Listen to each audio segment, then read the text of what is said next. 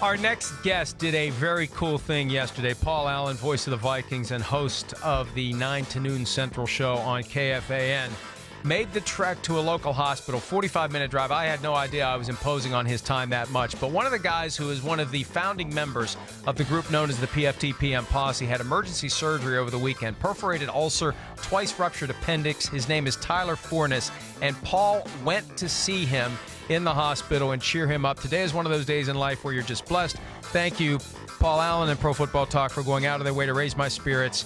Not only was the Vikings memorabilia really cool, the conversation was even better. Looking forward to the next one. So that was great. And all I had to do was ask Paul to do it. I really didn't do anything. Paul brought me in by FaceTime, and I talked to the guy for 5 minutes, but Paul's the one who's the hero here. Paul, welcome in, and thank you so much for doing that yesterday. You really helped the guy at a tough spot in his life where he almost died, literally. So thank you for doing that.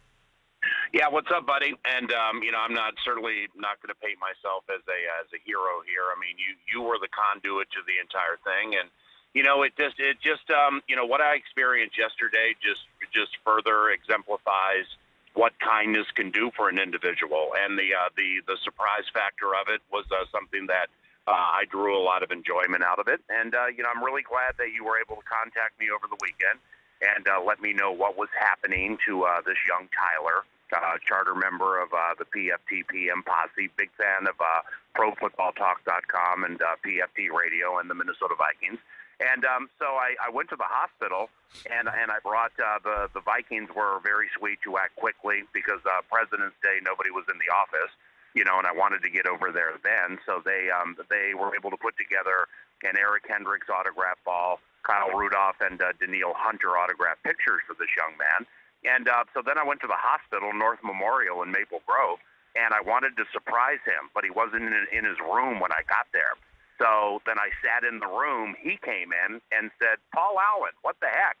And then we called you up on FaceTime. I did a mock interview with him that his parents were able to capture via video for about 2 minutes, and sat there and chatted with him, Vikings football, NFL, Belichick, stuff like that, for about 45 minutes. He really enjoyed it, and it would not have transpired had you not contacted me over the weekend. So thank you. Well, I appreciate you doing it, Paul. It really was a great gesture. I'm surprised he didn't think he was being visited by Artie Lang, though. That was really the. I was hoping that that's what he would think. Fairness and Announcer Act. I haven't cut my hair in 3 months, and I haven't shaved in a month and a half. I had a black coat on with black jeans, so he probably thought it was just somebody off the wintry streets of the Twin Cities looking for a hot meal and a warm place to sit, but. Once he was able to see through the Artie Lang guys, he quickly recognized something very cool was happening, and he was really, really excited. And in following some things that people were saying on Twitter yesterday, it just further exemplifies the power of the PFT family, and how whether it's Kirk Cousins here, Antonio Brown, and Mr. Big Chest, and things taking place around the country, how people can crack wise and be snarky. But when you pull it all back for just a second, you recognize what really matters most, and that was yesterday. How are folks in Minnesota handling the aftermath of what ultimately was a disappointing season? Well, it's quiet now. We in my radio show and certainly all the teams heading to the scouting combine next week. We're starting to look at certain offensive linemen for certain teams, and when I do open the phone lines and take off-season suggestions, you don't really hear a lot of zany things. I mean, the 8-7-1 was vibeless. We had some bad moments. We didn't have very many good moments, and the highly compensated quarterback, statistically speaking, was good, but there were pick sixes and fumbles, and people are kind of negative on him. So I think I think the fan base just wants to see it retooled and see where it goes, get to the organized team activities, training camp, preseason, and try it again. Okay. I don't know how many of your listeners raise these concerns. If you've been paying any attention to what we've been talking about here, I have some concerns about the value that the Vikings are getting for the quarterback that they signed last year to a 3-year, $84 million contract. What can you say to me, if anything, to get me to buy in for a second year of Kirk Cousins? Well, it falls, and I do follow ProFootballTalk.com and your work every single day, and I listen to your radio show most days on my drive into work. So, whether it's Kirk or Kurt or the problems that you're having with the work, I understand. It falls in line with the I understand, but I don't agree. And where I don't agree is clearly there were some philosophical problems with the Vikings offense last year. An offense that went a large part of the season without Dalvin Cook. So much so that the offensive coordinator had to be fired. So now they bring in Kevin Stefanski. They've hired Gary Kubiak as an offensive advisor. And chatting privately with Mike Zimmer about the way things are developing offensively with these meetings and the vision for next year and everything, he's unbelievably excited.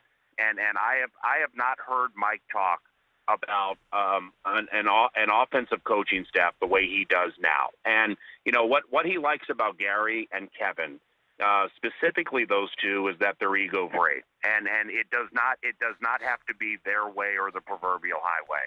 So now with Cousins, you take that season, you saw the warts, you saw the good things, and you move into the next season, and this is the money season because there is stability up to the season. There will be stability during the season. You talk about the death of Tony Sparano right into the season. That was massive. I mean, there are two coaches on this staff, Tony Sparano, the late Tony Sparano, and defensive line coach John Ray Patterson, who have the cachet to sit across from Mike Zimmer and really, really get through to him about how things are going. And offensively, with a new coordinator in John DeFilippo, they lost that, and that was absolutely massive, for the time that it happened. So I understand where you're coming from. I know exactly what you're talking about, but this next season is incredibly key for Kirk. How do they end up addressing their needs, though? With so much money invested in Kirk Cousins, we've seen plenty of young key players get long-term deals, and I'm sure some guys are going to have to walk away because of it, including maybe Anthony Barr via free agency. But how do they improve the offensive line, for example, when there's so much money tied up in other positions? Excellent question, specifically looking at the names available via free agency, and the cap money or lack thereof the team currently has. I do believe that there is a chance that there could be some rather prominent names that aren't on the team next year. You mentioned Anthony Barr. When the Vikings did a new deal with Eric Kendricks, I can't believe that they would do a deal with Kendricks and not try to get one done with Barr at the same time.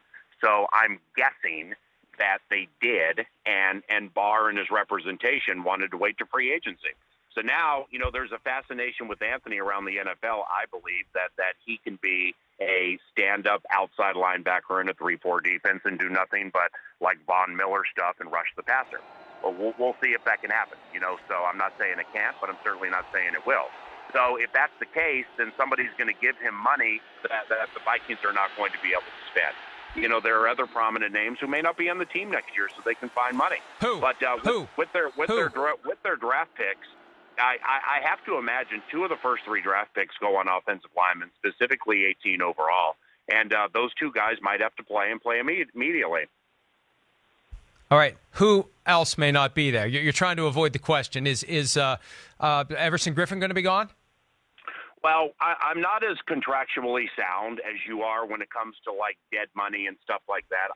Honestly, I find it quite boring. I just wait for it to happen, then I react to it. Everson Griffin would be the most prominent name.